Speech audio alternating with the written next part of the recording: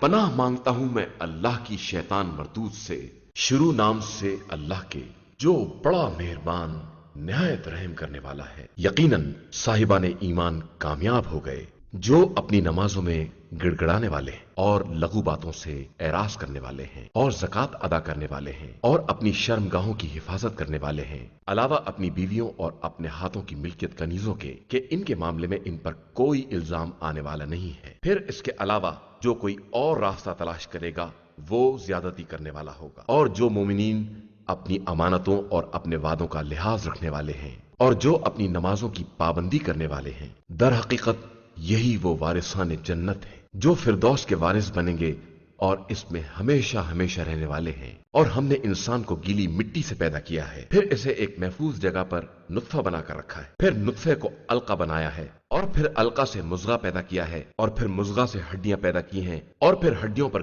گوشت چڑھایا ہے، پھر ہم نے اسے ایک دوسری مخلوق بنا دیا ہے۔ تو کس قدر بابرکت ہے وہ خدا جو سب سے بہتر خلق کرنے والا ہے۔ پھر اس کے بعد تم سب مر جانے والے ہو، پھر اس کے بعد تم روز قیامت دوبارہ اٹھائے جاؤ گے، اور ہم نے تمہارے اوپر تہ بتہ 7 آسمان بنائے ہیں، اور ہم اپنی مخلوقات سے غافل نہیں ہیں۔ اور ہم نے آسمان سے ایک مخصوص مقدار میں پانی نازل کیا ہے اور پھر اسے زمین میں ٹھہرا دیا ہے، جبکہ ہم اس کے واپس لے جانے پر بھی قادر ہیں۔ پھر ہم نے اس پانی سے تمہارے لیے خرمے اور انگور کے باغات پیدا کیے ہیں جن میں بہت زیادہ میوے پائے جاتے ہیں، اور تم انہی میں سے کچھ کھا بھی لیتے ہو۔ اور وہ درخت پیدا کیا ہے جو طور سینا میں پیدا ہوتا ہے، اس سے تیل بھی نکلتا ہے اور وہ کھانے والوں کے لیے سالن بھی ہے۔ اور بے شک تمہارے لیے ان جانوروں میں بھی عبرت کا سامان ہے کہ ہم ان کے شکم میں سے تمہارے سیراب کرنے کا انتظام کرتے ہیں، اور تمہارے لیے ان میں بہت سے فوائد ہیں، اور ان میں سے بھی تم کھاتے ہو، اور تمہیں ان جانوروں پر اور کشتیوں پر سوار کیا جاتا ہے۔ اور ہم نے نوح کو ان کی قوم کی طرف بھیجا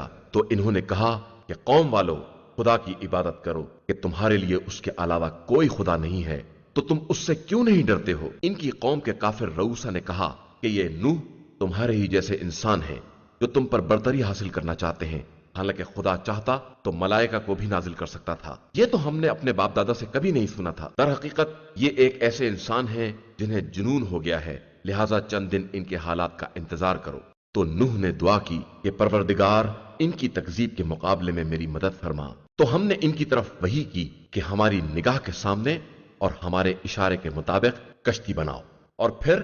جب ہمارا حکم آ جائے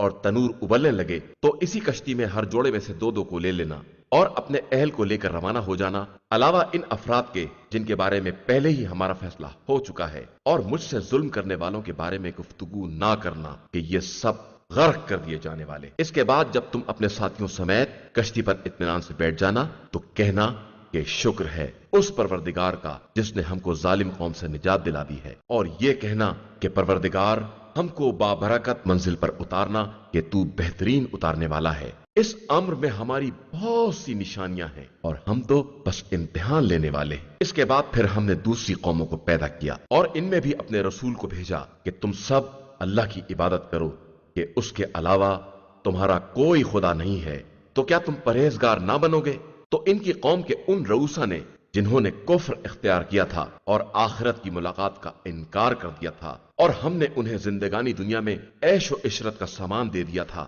وہ کہنے لگے یہ تو تمہارا ہی جیسا ایک بشر ہے، جو تم کھاتے ہو وہی کھاتا ہے اور جو تم پیتے ہو وہی پیتا بھی ہے، اور اگر تم نے اپنے ہی جیسے بشر کی اطاعت کر لی تو یقیناً خسارہ اٹھانے والے ہو جاؤ گے۔ کیا یہ تم سے اس بات کا وعدہ کرتا ہے کہ جب تم مر جاؤ گے اور خاک اور ہڈی ہو جاؤ گے تو پھر دوبارہ نکالے جاؤ گے؟ حیف صد حیف، تم سے کس بات کا وعدہ کیا جا رہا ہے؟ یہ تو صرف ایک زندگانی دنیا ہے جہاں ہم مریں گے اور جیئیں گے اور دوبارہ زندہ ہونے والے نہیں ہیں۔ یہ ایک ایسا آدمی ہے جو خدا پر بہتان باندھتا ہے اور ہم اس پر ایمان لانے والے نہیں ہیں۔ اس رسول نے کہا کہ پروردگار تو ہماری مدد فرما کہ یہ سب ہماری تکذیب کر رہے ہیں۔ ارشاد ہوا کہ عنقریب یہ لوگ پشیمان ہو جائیں گے۔ نتیجہ یہ ہوا کہ انہیں ایک برحق چنگھاڑ نے اپنی گرفت میں لے لیا اور ہم نے انہیں کوڑا کرکٹ بنا دیا کہ ظالم قوم کے لیے ہلاکت اور بربادی ہی ہے۔ پھر اس کے بعد ہم نے دوسری قوموں کو ایجاد کیا۔ کوئی امت نہ اپنے مقررہ وقت سے آگے بڑھ سکتی ہے اور نہ پیچھے ہٹ سکتی ہے۔ اس کے بعد ہم نے مسلسل رسول بھیجے، اور جب کسی امت کے پاس کوئی رسول آیا تو اس نے رسول کی تکذیب کی، اور ہم نے بھی سب کو عذاب کی منزل میں ایک کے پیچھے ایک لگا دیا،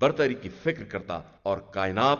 تباہ و برباد ہو جاتی۔ اللہ ان تمام باتوں سے پاک و پاکیزہ ہے، وہ حاضر و غائب سب کا جاننے والا ہے اور ان سب کے شرک سے بلند و بالاتر ہے۔ اور آپ کہیے کہ پروردگار اگر جس عذاب کا ان سے وعدہ کیا ہے مجھے دکھا بھی دینا تو پروردگار مجھے اس ظالم قوم کے ساتھ نہ قرار دینا، اور ہم جس عذاب کا ان سے وعدہ کر رہے ہیں اسے آپ کو دکھا دینے کی قدرت بھی رکھتے ہیں، اور آپ برائی کو اچھائی کے ذریعے رفع کیجئے کہ ہم ان کی باتوں کو خوب جانتے ہیں، اور کہیے کہ پروردگار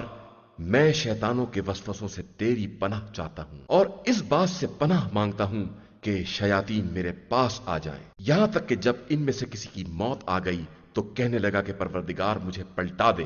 شاید میں اب کوئی نیک عمل انجام دوں، ہرگز نہیں۔ یہ ایک بات ہے جو یہ کہہ رہا ہے، اور ان کے پیچھے ایک عالم برزخ ہے جو قیامت کے دن تک قائم رہنے والا ہے۔ پھر جب سور پھونکا جائے گا تو نہ رشتہ داریاں ہوں گی اور نہ آپس میں کوئی ایک دوسرے کے حالات پوچھے گا۔ پھر جن کی نیکیوں کا پلہ بھاری ہوگا وہ کامیاب اور نجات پانے والے ہوں گے، اور جن کی نیکیوں کا پلہ ہلکا ہوگا وہ وہی لوگ ہوں گے جنہوں نے اپنے نفس کو خسارے میں ڈال دیا، اور وہ جہنم میں ہمیشہ ہمیشہ رہنے والے ہیں۔ جہنم کی آگ ان کے چہروں کو جھلس دے گی اور وہ اسی میں منہ بنائے ہوئے ہوں گے۔ کیا ایسا نہیں ہے کہ جب ہماری آیتیں تمہارے سامنے پڑھی جاتی تھیں تو تم ان کی تکذیب کیا کرتے تھے؟ وہ لوگ کہیں گے کہ پروردگار ہم پر بدبختی غالب آ گئی تھی اور ہم گمراہ ہو گئے تھے، پروردگار اب ہمیں جہنم سے نکال دے، اس کے بعد دوبارہ گناہ کریں تو ہم واقعی ظالم ہیں۔ ارشاد ہوگا کہ اب اسی میں ذلت کے ساتھ پڑے رہو، بات نہ کرو۔ ہمارے بندوں میں ایک گروہ ایسا بھی تھا جن کا کہنا تھا کہ پروردگار ہم ایمان لائے ہیں لہٰذا ہمارے گناہوں کو معاف کر دے اور ہم پر رحم فرما کہ تو بہترین رحم کرنے والا ہے۔ تو تم لوگوں نے ان کو بالکل مذاق بنا لیا تھا، یہاں تک کہ اس مذاق نے تمہیں ہماری یاد سے بالکل غافل بنا دیا اور تم ان کا مذاق ہی اڑاتے رہ گئے۔ آج کے دن ہم نے ان کو یہ جزا دی ہے کہ وہ